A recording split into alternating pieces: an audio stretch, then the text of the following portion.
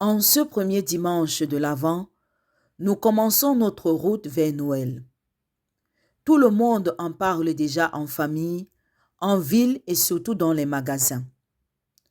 On prévoit chaque année des grandes réjouissances en famille ou entre amis, des réveillons, des cadeaux. Le problème, c'est que beaucoup oublient celui qui est à l'origine de cette fête.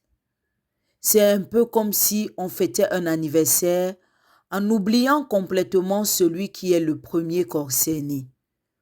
On pense à tout sauf à lui.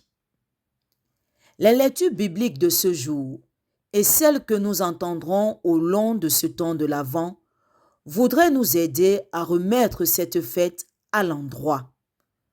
Noël, c'est d'abord Jésus qui est venu dans notre humanité, qui continue à venir et qui reviendra. Avec les textes de ce dimanche, nous sommes précisément renvoyés à l'avenir. Jésus reviendra. Nous attendons sa venue et nous nous y préparons activement tout au long de notre vie. C'est ce passage que nous adresse le prophète Isaïe dans la première lecture. Ce récit a été écrit à l'occasion de la fête des tentes. Au cours de cette fête, on se souvenait des cabanes du peuple hébreu dans le Sinaï. Pendant 8 jours, les pèlerins vivaient dans des cabanes, même en ville. À cette occasion, la ville de Jérusalem grouille de monde. Les gens sont venus de partout. En racontant ce qu'ils voient, le prophète comprend que ce grand rassemblement en préfigure un autre, bien plus important. Le jour viendra où ce pèlerinage rassemblera tous les peuples.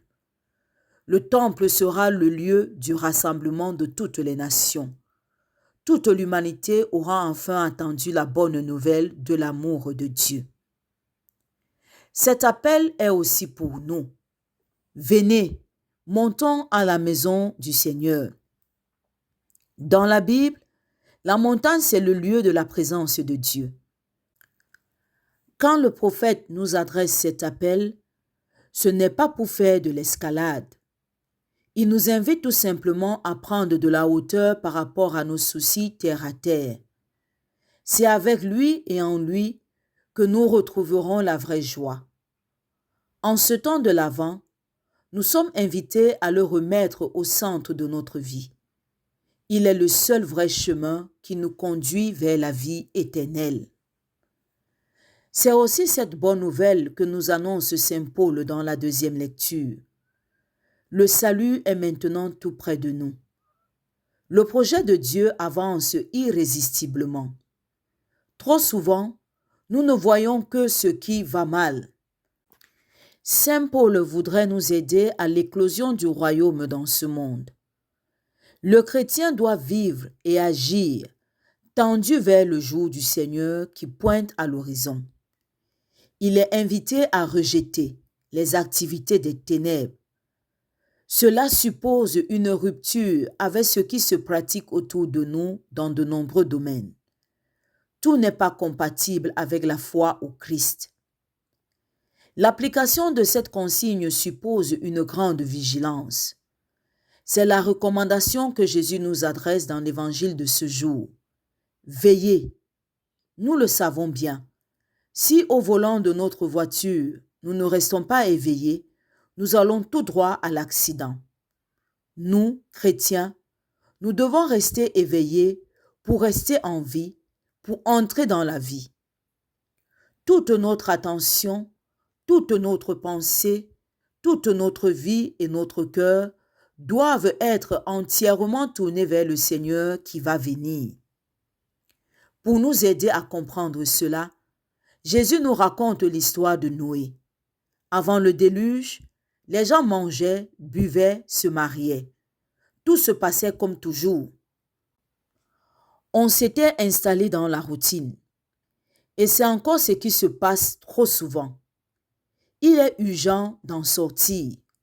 Jésus nous annonce que le meilleur est à venir.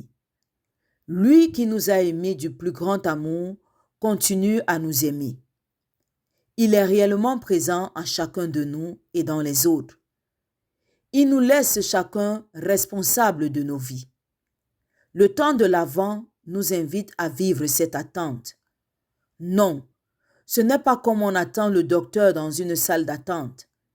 Il s'agit d'être attentif, actif et bien éveillé pour ne pas manquer ce rendez-vous définitif. Cette attitude de veiller se vit d'abord dans la prière. C'est ce que Jésus nous dit au Jardin des Oliviers juste avant sa passion. Veillez et priez. Nous pouvons nous unir à la prière des monastères, à celle des personnes malades et à celle de toute l'Église. C'est dans la prière que nous essayons de veiller. Ce contact régulier avec le Seigneur nous permet d'être plus attentifs aux réalités d'en haut.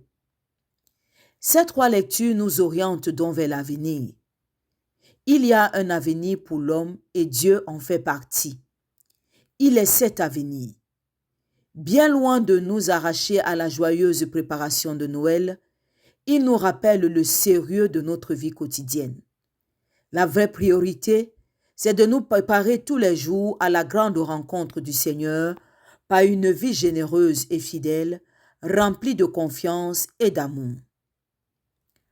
En ce jour, nous te prions, Seigneur. Fortifie nos pas quand la route traverse déserts et marécages. Dans l'effort de la montée, donne-nous de pressentir l'allégresse des sommets. Amen.